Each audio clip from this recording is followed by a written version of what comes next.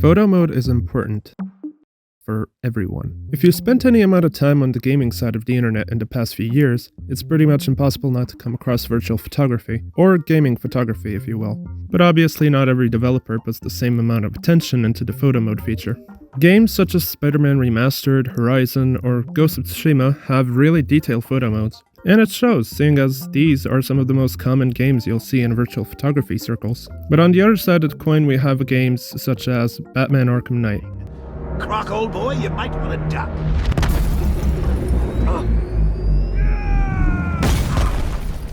While it has the usual photo mode options such as depth of field and a few others, the camera is locked to the player model, there are no options for any sort of poses, suits, or lights, for example. Now, I'm not saying these options are 100% necessary for a photo mode to be good or usable, but they do give players more freedom to create more unique photographs, and the ability to put their own twist on them. With the photo mode being as it is in Arkham Knight, for example, you don't have much to work with to achieve that. In the photo mode, it's kind of the same problem. The biggest issue is the camera. So, why is it bad? First of all, it's an orbital camera, not completely, but if you move right or left, you see that you will go around your character. With games looking better and more realistic year after year, having an in-depth photo mode is beneficial for pretty much everybody involved. The gamers, who get an additional option in the game they enjoy, especially if you're even somewhat into photography in general. And the developers, who in a way get free advertising through the huge amount of people sharing photographs they took in their game. And the players on average end up playing the game for way longer than usual, which also helps out the developers. It's pretty much a win-win for both sides. For instance, this is pretty much how I ended up getting Spider-Man Remastered. For a couple of months last year, I was very intensely into virtual photography, and I was always amazed at how good and detailed the Spider-Man photo mode actually is. But it felt sort of weird to buy a game just for the photo mode. It felt wrong in a way, buying a game without really caring about the gameplay or the story it had to offer. But after some time I realized, why not just buy it? I know I'll enjoy my time with it, even though it isn't in the way most people did, but so what? Well, technically my girlfriend got it for me as a gift because I couldn't stop talking about it. Okay, you see these two images? Okay, so one of them is the real movie render, right? And the other one is the game, right? The Spider, yeah, you know. Okay, so the one you chose is actually the game, and the other one is actually the movie render, like yeah, insane, right? Like, oh my, like I want to buy it, but like, isn't that kind of dumb to buy a game only for the photo? Just need a bit of peace and quiet from your incessant yapping.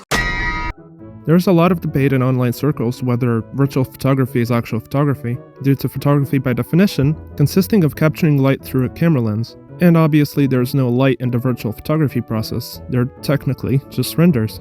And me personally, I don't lie on either side of this spectrum. I really don't care. I enjoy both real and virtual photography, and I never stopped and compared my real-life photographs and the ones I took in games, and deemed one more or less worthy than the other simply because it isn't the norm of photography. Looking at games from a photography perspective, it made me appreciate and notice details I never would have even noticed playing normally. I even did this for games that didn't have an official photo mode, such as Half-Life for example. Why do we all have to wear these ridiculous ties? That's odd. It's true that I didn't have the usual photo mode features, but I still had a lot of fun testing it all out, and pretty much breaking the games in order to try and capture a cool shot. I actually recently talked to my photography professor about virtual photography, and explained what it is, how it works, even showed a few photographs I took myself. He was really impressed and surprised that something like that even exists. While he isn't someone who plays games himself, at least as far as I'm aware, he appreciated that a tool like that exists because he's aware not everyone has the funds to buy a high-end camera. He told me to use it as a form of practice in a way, pretty much saying there's a lot of overlap in the logic of taking a good photo, no matter if it's virtual or real-life photography. The question if it's real photography or not doesn't really matter. It's still a form of art, or new media art if we're being technical. It gives a feature to people who were never really interested in photography to try it out and see the games they play from a different point of view. Before photo mode was even a thing, people who were big fans of a certain game still found ways to take photos in them, mostly by breaking the game through glitches, downloading mods, or using console commands, like I had to do for Half-Life.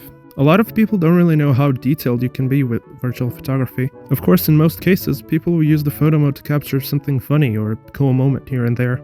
while some will go out of their way to push the game to its limits to get the perfect photo, any way they know how. And the best part is, both of these are perfectly valid uses of the photo mode feature. There's no set rule on how to use the photo mode, and that's what makes it a cool and welcome feature. Someone can buy it and open it twice in their entire playthrough, and someone else will buy it just because of the feature itself.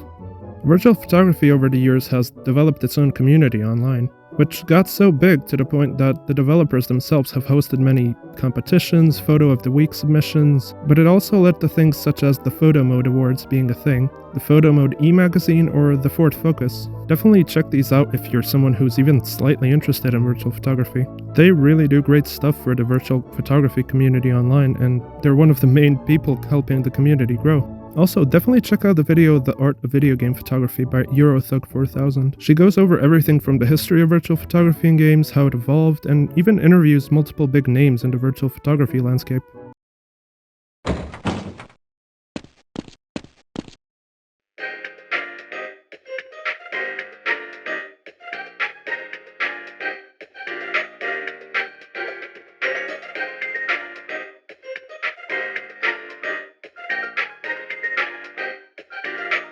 I hope those containment parameters are still nominal.